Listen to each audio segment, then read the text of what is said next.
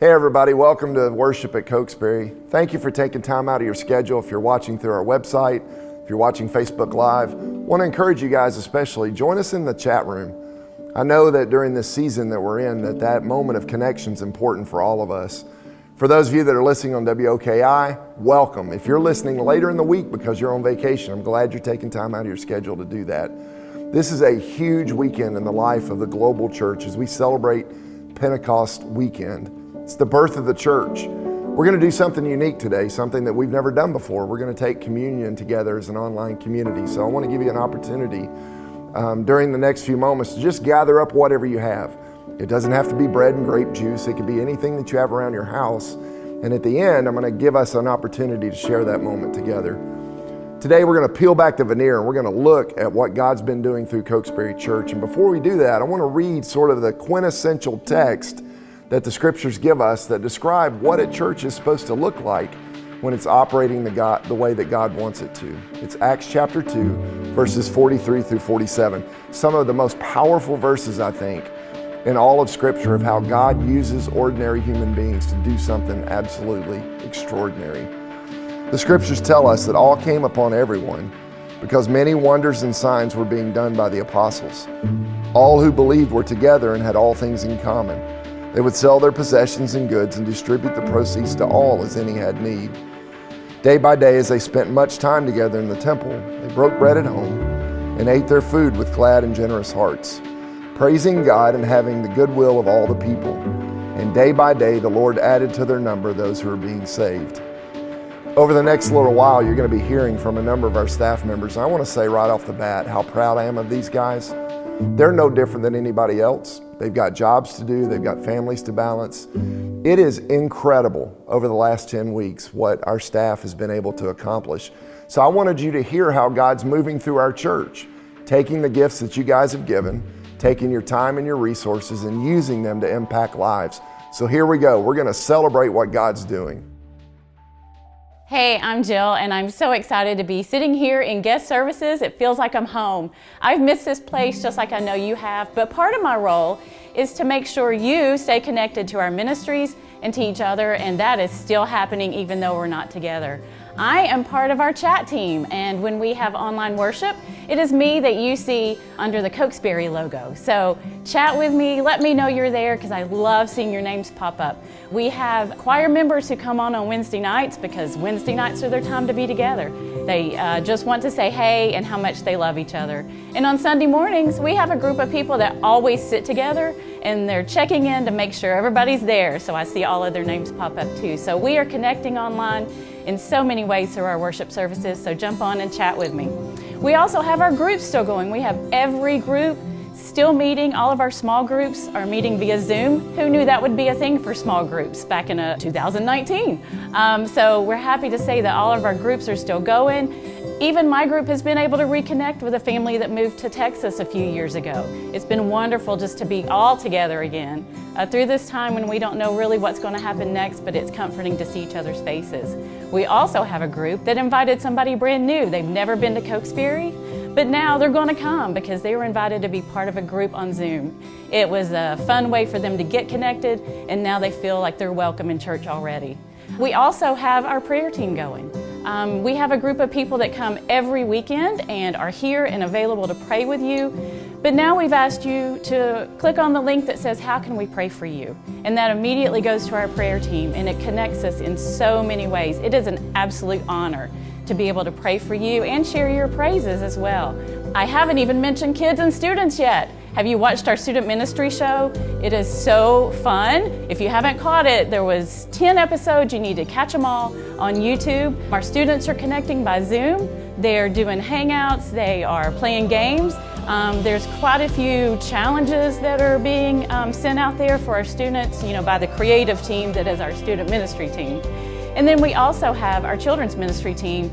I heard they did a Zoom call with our kids from Wednesday night, and it was quite an adventure to have all those kids and all those adults who haven't seen each other in a few weeks all talking at the same time. So our teams are working hard. Miss Beth and Miss Diane are sharing content that they would get here on a Sunday morning If we were able to be here, they're getting it on Saturday, and we hope you watch that together as a family so that we are all connected, we are all learning together, we are all growing together. Thank you for sharing this time with us through chat, through your prayer requests, through your messages on Facebook, emails, any way you can connect with other people here. We want to keep that going, and we thank you for the opportunity to do that.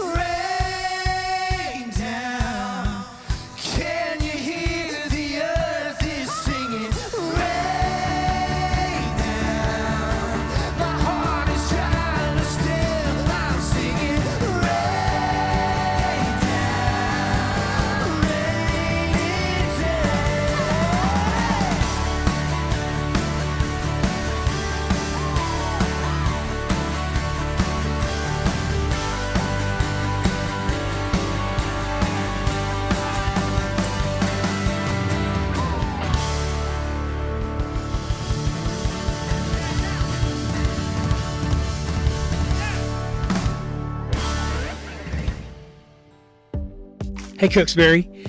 Over the last few months, there's been a lot going on in our world, but ministry hasn't stopped here at Cooksbury.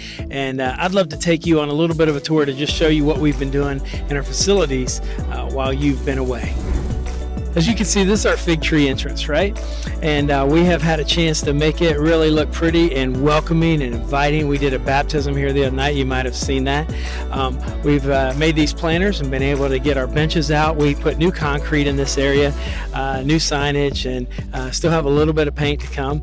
It's right next to our Manor House entrance, and so it's just a warm and welcoming environment for people that need community. That's what Fig Tree is going to be all about, is providing community for people that need that kind of connection in our world. And so I wanted you to see what we've done a little bit on the outside first. Now we're going to go inside. When you come inside, you're able to see that we have a welcoming area here as well. We have coffee, normally pastries and snacks or goodies for folks that come. Left, we'll take folks immediately into the Manor House area to shop when we're able to get back to that. Right now, all of that has been a curbside pickup that we've been able to do through wonderful volunteers that make that happen. You come in and you take a right, and it's taking you into an area that's where 56 meets. It's a multi-purpose room for us and still will be. But one of the things that we've been able to do, and we're really excited about over the last couple weeks, we've been able to add some showers to each of these bathrooms that are here. And so as you can see, they're nice and spacious and have a lot of benefit to us to be able to keep kind of everybody here in one area. Just makes it so much more accessible and so easy. As you go behind this area, we've been able to put a space in for 3 stackable laundry units. So we'll be able to help folks do laundry that need that kind of service, and they'll be able to do it themselves as well. And so that's one of the cool things that's happened in this Fig Tree area, in the Manor House area. As we go out and we come on up the hall, what is really neat, you may not know Chris Bullock, but Chris Bullock and his team, our tech team, and they do amazing stuff. They make us look good every week. But this is beside the stage. This was the old green room, and these guys have moved everything in for this to be the video control room. It seems like that's going to be a big part of our world now. So when it's a filming day, which this is a little bit later, this room has a couple people sitting in it, and they're calling shots and directing cameras and telling us what to do on stage. And it's a great thing. It was a huge job. It was everything that was kind of upstairs above that North Campus Worship Center in Epworth Hall. So as we come into Epworth, you're going to see, boy, it really does look strange without all the seats, doesn't it? We miss you guys, we really do, and we know it's a matter of time, but part of Chris's other job and what they have done is this used to be just the soundboard, but now it's running lights and running everything else. So everything that was upstairs has now been able to be brought downstairs. It was a huge task. Thanks to Chris and his team for doing that. They've been doing a lot of great work. We've had a lot of things going on the South Campus. We've been cleaning up the courtyard and doing different things. We have steam cleaned every seat that's in our buildings and our pews, and we have tried to just do everything to disinfect, and our team does a great job. Luke Stucker and our custodial team do an awesome job of just making this place sparkle and shine, but also be really well disinfected. So we're grateful to them. I want to take you out the back doors real quick, because one last thing that I'd like to show you. So we're coming out to our back parking lot, and one of the things that we're really excited about doing is we want to just show you real quick this trailer. This big white trailer right back here has been used for a lot of different things in the life of Cokesbury. It was the trailer that we used to take everything out to Hardin Valley. Our Johnson City campus was using it for a while. But what we're excited about next is that we're getting ready to take that trailer and turn that into a mobile food pantry, take Manor House out to the community as best we can, and find ways to partner with organizations that are already doing great things in town. And so we're excited about that. We're excited that we're going to be able to take Manor House and go mobile with it and partner with other organizations in the community that are just already doing great ministry, and maybe we can help them out a little bit, or they can help us out. Who knows how that ever goes, but we know that when we're all trying to just be available and use what God has given us and resource us with, if we try to use that in our community, we're going to make Knoxville a better place, because we're all trying to just love people towards Jesus. So be praying for Manor House's mobile pantry that we'll be working on.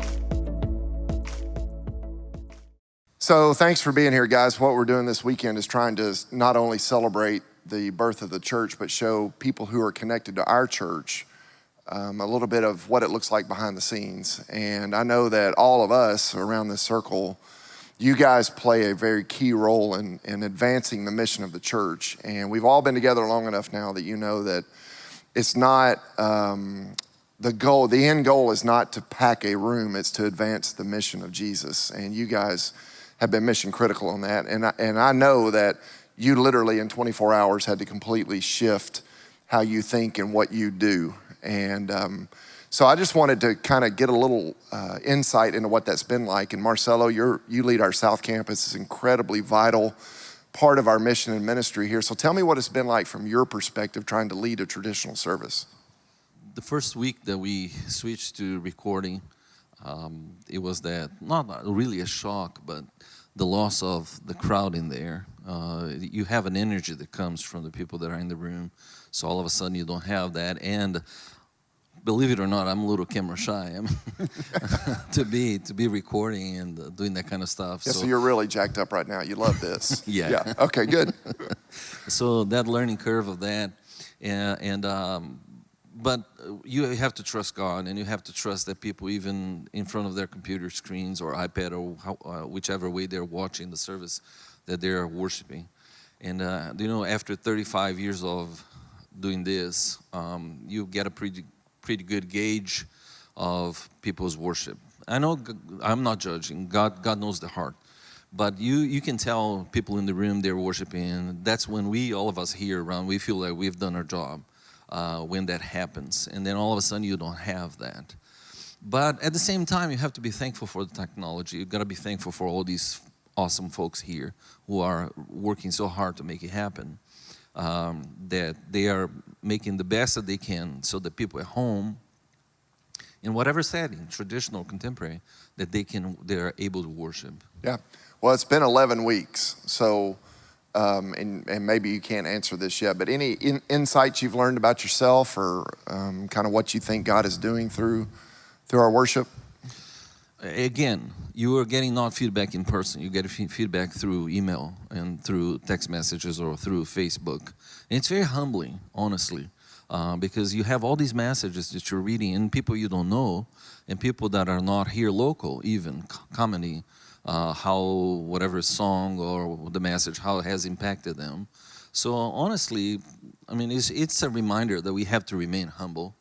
But it touches our hearts, and we are very thankful for people who give us the feedback that they have. And thank you for doing this, and thank you for that note or that song. Right. Well, you're just doing an unbelievable job. Appreciate it. Thank you. I'm very, very proud of you. So what about the rest of you guys? We're 11 weeks into this now, and it seems like yesterday, but then it also seems like it's been 5 years. So talk to me a little bit about the surprise of just literally overnight we're suddenly not having a room full of people. Really, I think the most surprising thing over the past 11 weeks has been the workload picking up to get material to people online. Sure, yeah. I mean, it's unbelievable the amount of content that all of you guys and the rest of our staff has had to not just get out to people, but to even create. So the level of creativity and just the sheer power of what you guys are doing. One of the things I really love about y'all is not just the level of professionalism that you have. It's that, it's so easy for, I think, the average person who's a part of our church to just think, well, those are the guys that lead and produce worship every single week. And we sometimes forget that you all are like everyone else. You're balancing family, you're balancing life. So, Kurt, tell us a little bit about what's it been like at your house, just trying to be a dad, be a husband, be a leader, keep your own self healthy. It's been a lot. I don't think I realized how much goes on here, especially when me and Dina and Terry and everybody in this room, students had to figure out a way to do something to get the stuff going, like online, YouTube channel, same with kids. And so a lot of what took up our week as far as planning music and helping Terry with the video stuff, it's like we took on a whole load. So there was a lot of, I've got 2 kids, like you said. One of them's a 3-year-old who should go to bed at 8. He goes to bed at like 10 or 10:30. So sometimes I don't get to even start working and editing and getting in there until close to midnight. So what should take a few hours a week takes a lot longer. But with a team as big as this team is, and as well as they do their jobs and how quickly they do it, that's what's made this thing possible. Yeah. Well, I think if you look back over the last 11 weeks, and you compare that to the 11 weeks in 2019, we're reaching exponentially more people throughout the week. One of the things I'm wondering is because we are doing this to empty rooms and things, what would you guys want someone who's tuning in, maybe they're sitting on their couch, maybe they're listening to the radio as they drive their car, maybe they're checking us out on YouTube, what would you guys want people to know about why we're doing what we're doing? What would be that one thing you hope for that person? I think, especially when we first started, it was literally 24 hours, and then it's just like, go for it. But to me, it was the familiarity of it all, like the service still running the same as they would if they were coming here over at the traditional campus every Sunday morning. It felt like something they were familiar with, and that was comforting to them, because that was comforting to me too, is even though the world was crazy outside our houses, outside of this church, whenever we would tune in together, it felt like something we were familiar with, and it felt like it made our hearts feel good. And I think that's a big reason why we continue to do this, because every day something is different. Everything could change like that, but every time you can connect with us and it feels like home, it feels safe, it feels comforting whenever it's crazy right outside the door. I want to give a big shout out to our volunteers. Yes. Because none of this would happen without our awesome volunteer staff, and they've just been coming and great attitudes and all. So It is we love incredible how many people have stepped up over the past few weeks, no doubt. Just think about it. You and I have experienced large celebrations on Easter and Christmas, and we've had thousands of people around. But then we've also, think about the funerals that we've done, and it's so important that people gather together to sing and to just have that worship moment too. This is important. It's not just about something we do every week, but this is part of our lives. This is part of our culture. This is what gets us through, and this is one of the scariest parts of our time that we've ever had. And I can't think of a better time for us to, even if it's just through an online service, that we come together just to share this time together. And I don't know about you guys, but I know we do it to an empty room, but it just doesn't feel that way. The room's empty when we do it, but I just know that there are going to be people with us watching, participating, praying, listening. And that's what makes it easy to get through every week, I think. Well, guys, I don't have answers to a lot of things, but what I do know is that for whatever reason, God has called all of us to be leaders. And one thing a leader can never do is just look back over their shoulder. And going back to normal may or may not ever happen. And so we've got to embrace what's out in front of us. And I say it with all sincerity. I do not know of a group of people that I would rather be in the trenches with than you guys. And to see God not just advance the mission of our church, but to even watch the evolution I've seen in each of your lives over the past 11 weeks has been staggering. And so I just want to say on behalf of the entire church and as one of your friends that I'm incredibly proud of you guys. And I'm thankful for the sacrifice. I'm thankful for the grit. And I'm thankful, for the positive attitudes. And, I'm just really thankful that you are high impact people. And so thanks for taking just a second out of your day today. I know you guys got a million things to do. I really appreciate you guys and love you guys. Open up the heavens. We want to see you. Open up the floodgates. A mighty river flowing from your heart. Every part of our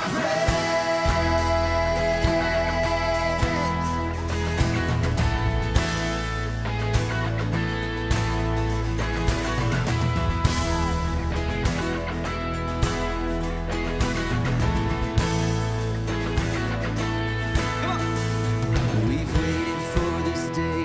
We're gathered in your name, calling out to you. Your glory like a fire, awakening desire will burn our hearts with truth. You're the reason we're here. You're the reason we're singing. Open up the heavens, we want to see you. Open up the floodgates, a mighty river flowing from your heart, filling every part of our faith.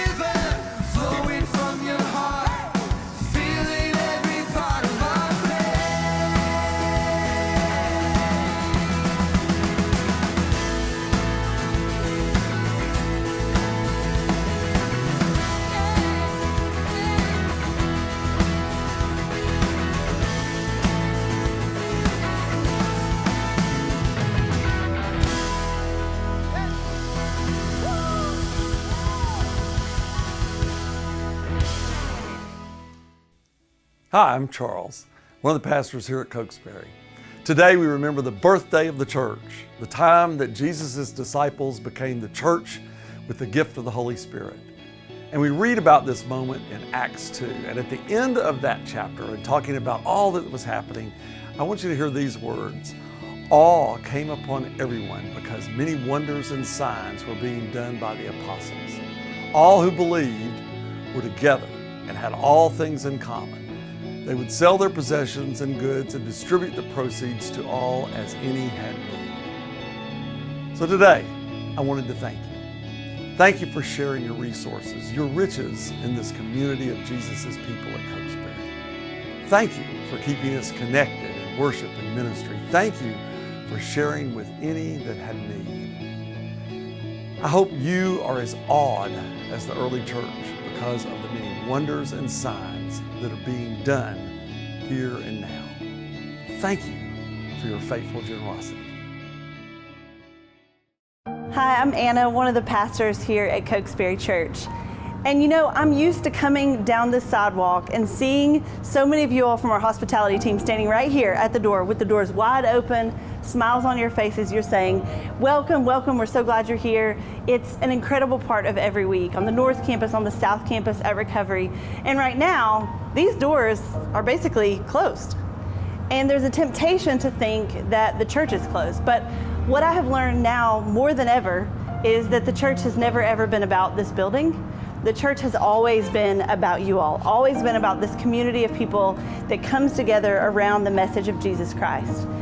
What has been absolutely blowing me away is that even though we've been stuck at home in a lot of ways and are not able to all be together, you all have never stopped taking next steps. We have had people reach out to us and say, hey, can I still join the church?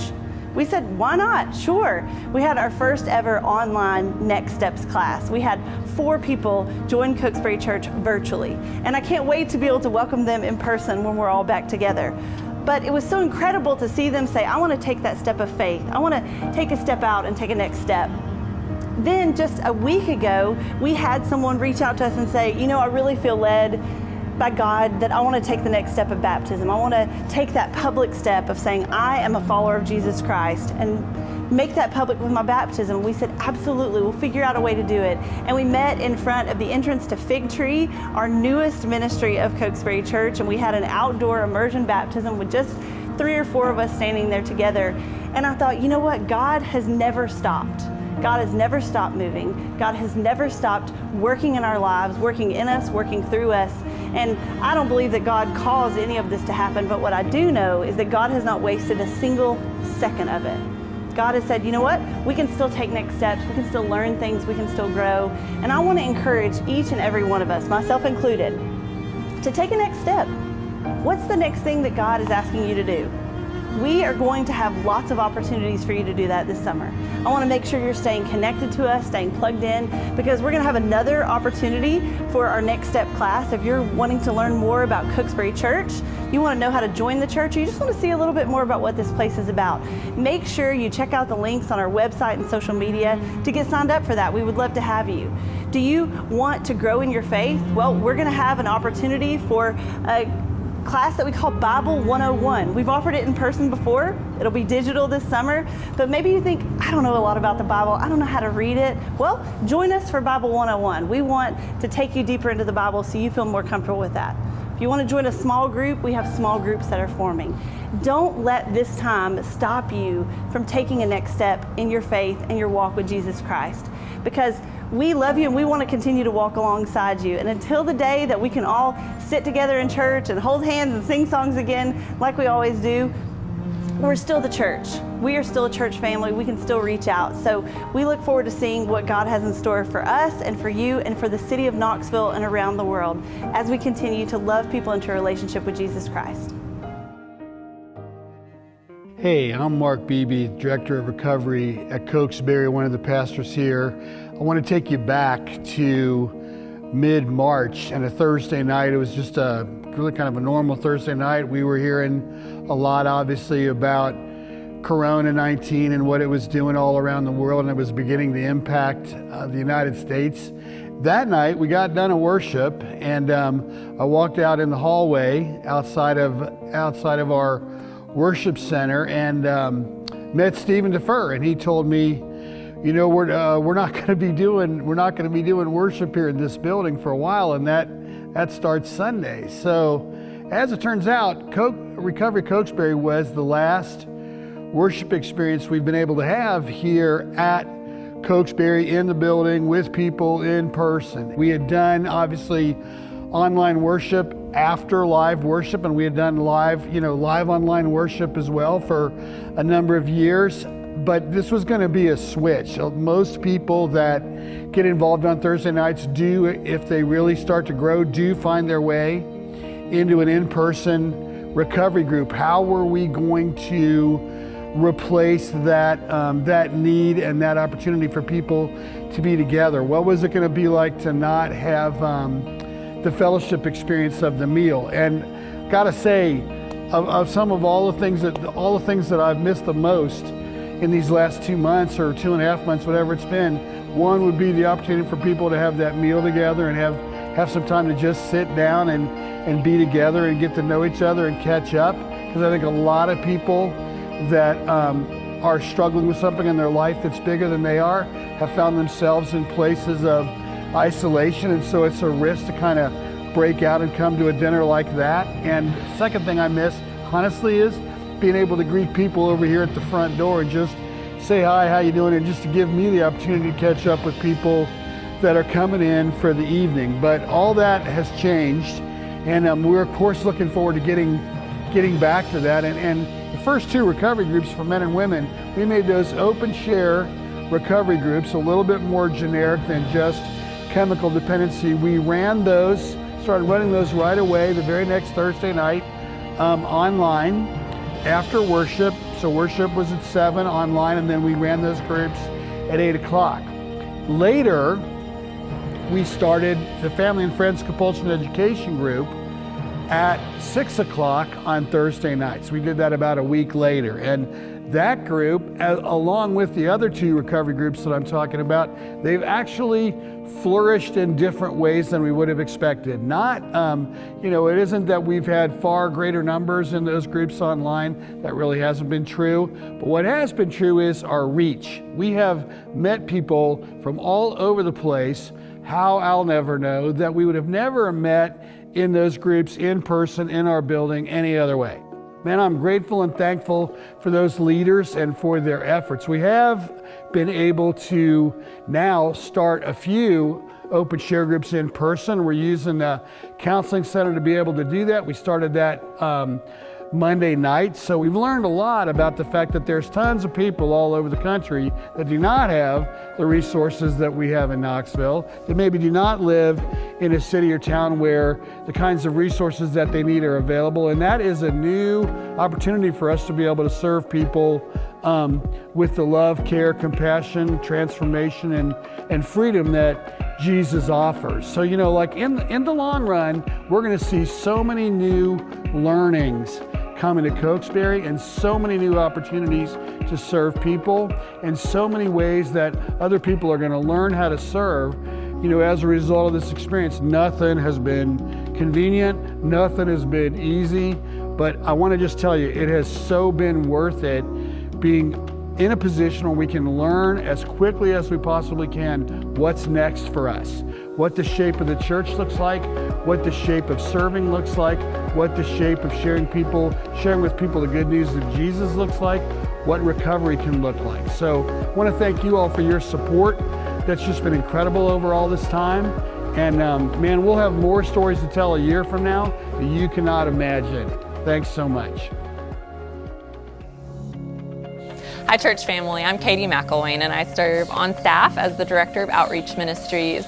And I just want to share how incredibly grateful I am for the ways that you all have stepped up and shown up and given incredibly generously during this season.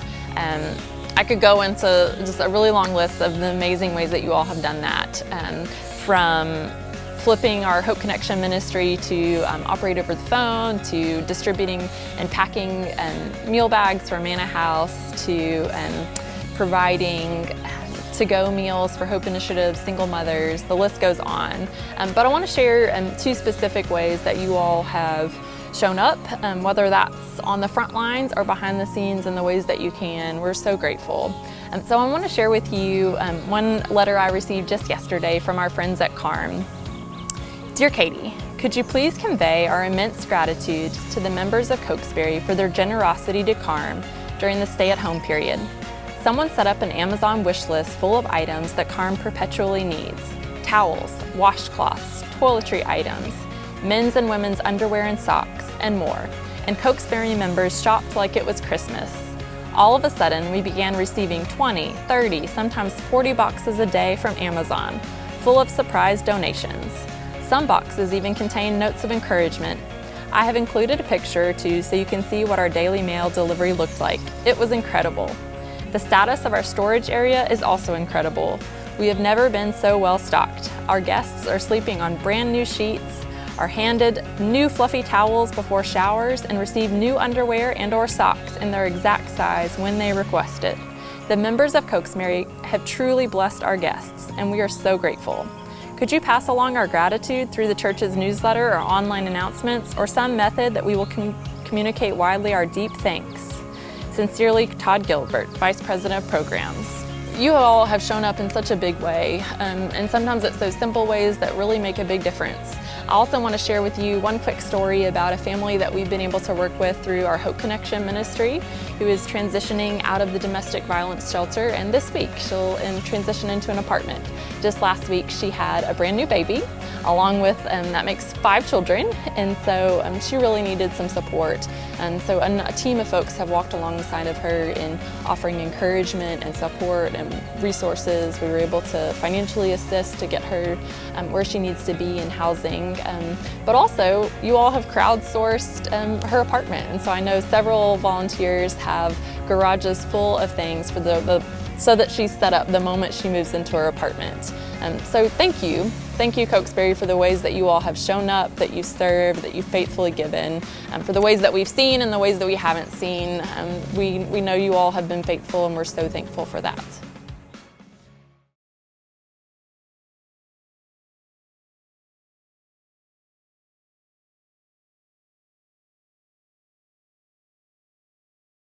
Between the old wives' tales, folklores, news, memes, and bad rhymes, it seems a few things have gotten lost and misconstrued over time, like the fact most all know bats are actually blind. And no canines are designed to age 7 years at a time. Really depends on the breed and the size. Speaking of size, Napoleon was nowhere near as short as reports have had him to seem, and Vikings only wore horns in famous opera scenes. And Buddha was so far from fat that he slackened his skinny jeans, and it makes me sing praises to the fact that there's a universal language God placed in our laughing, smiling, crying, dancing, a translator in our muse, in the groove of how music moves, in a glance, in a vibe from some eyes across a room, familiar as the aroma of home-cooked food, but often our meanings get lost and caught in the languages that we choose, and I try to fathom a real peace.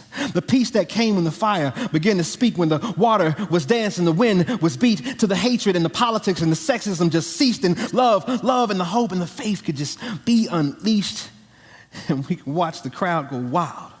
Imagine 3,000 deep, 3,000 likes and comments and links across the globe to soothe the souls of your once haters with news of your savior. 3,000 different language, no Google translator, just God's favor and a deeper understanding of how to love thy neighbor.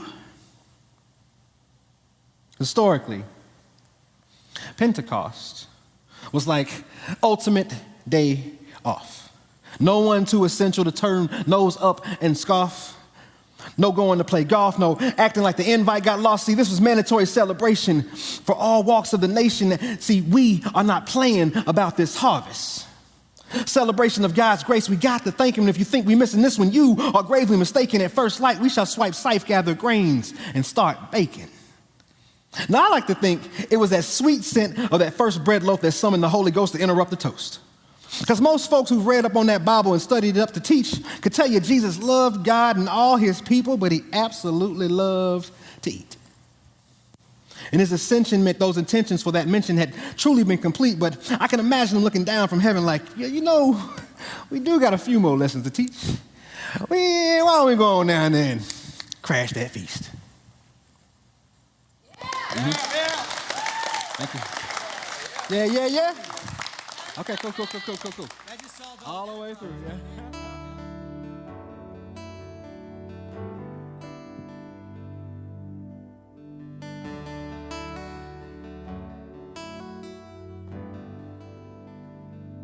I've been roaming around, always looking down, and all I see, painted faces fill the places I can't reach. You know that I could use somebody. You know that I could use somebody. Someone like you, and all you know and how you speak. Countless lovers under cover of the street. You know that I could use somebody. You know that I could use somebody.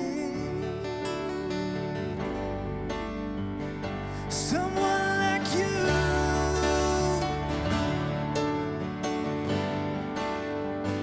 Someone like you.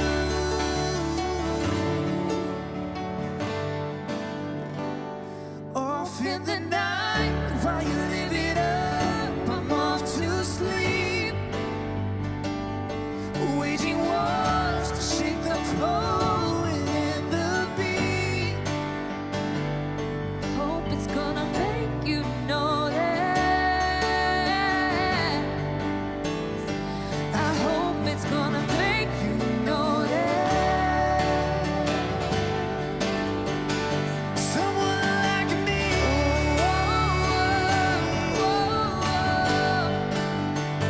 Someone like me.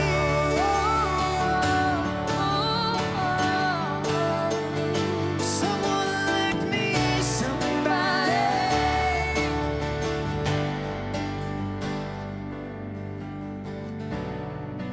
I'm ready now. I'm ready now. I'm ready now. I'm ready now.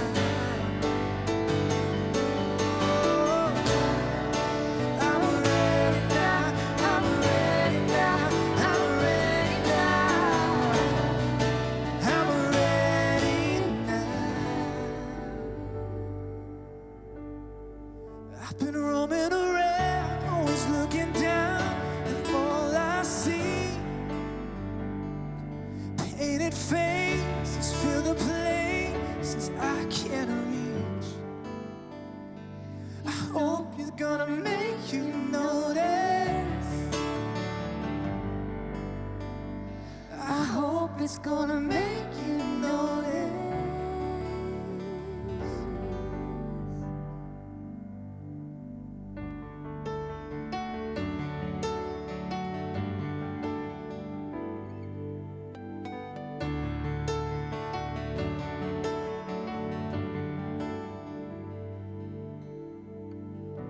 So the scriptures teach us that the early church met together in the temple.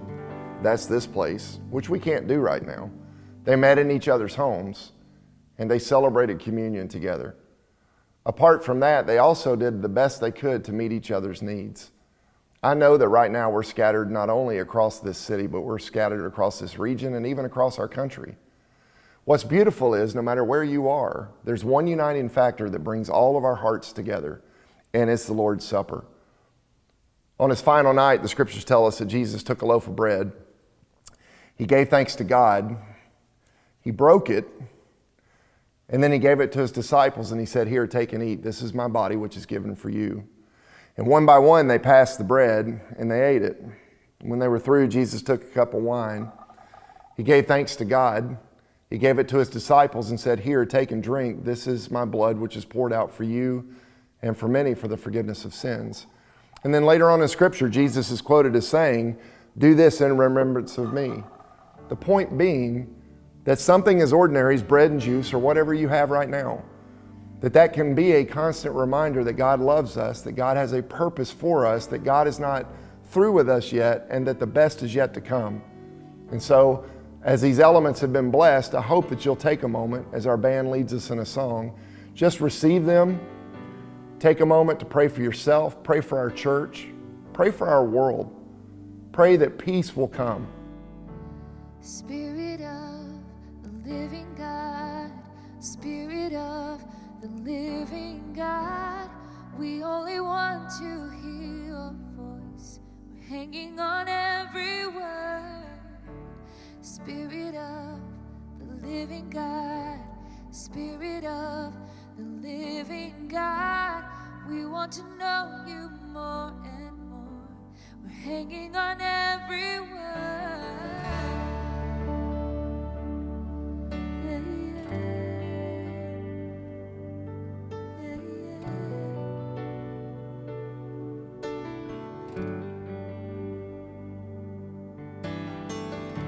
Spirit of the living God, Spirit of the living God, we only want to hear your voice. We're hanging on every word. Spirit of the living God, Spirit of the living God, we want to know you more and more. We're hanging on every word. When you speak, when you move, when you do what only you can do, it changes us, it changes what we see and what we see. When you come in the room, when you do what only you can do, it changes us, it changes what we see and what we see.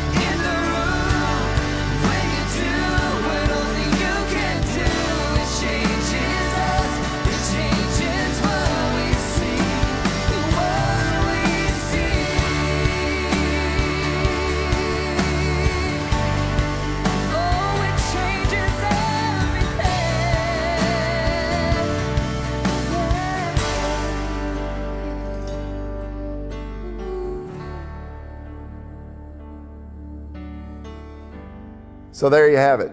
God's on the move here in our church. I want you to know, I really do believe the best is yet to come. There's going to be a lot of changes that we have to go through the next few months. But you can trust that God's going to be with us every step of the way. I love you guys. I miss you guys like crazy. I hope you have a fantastic week, and we'll see you next weekend.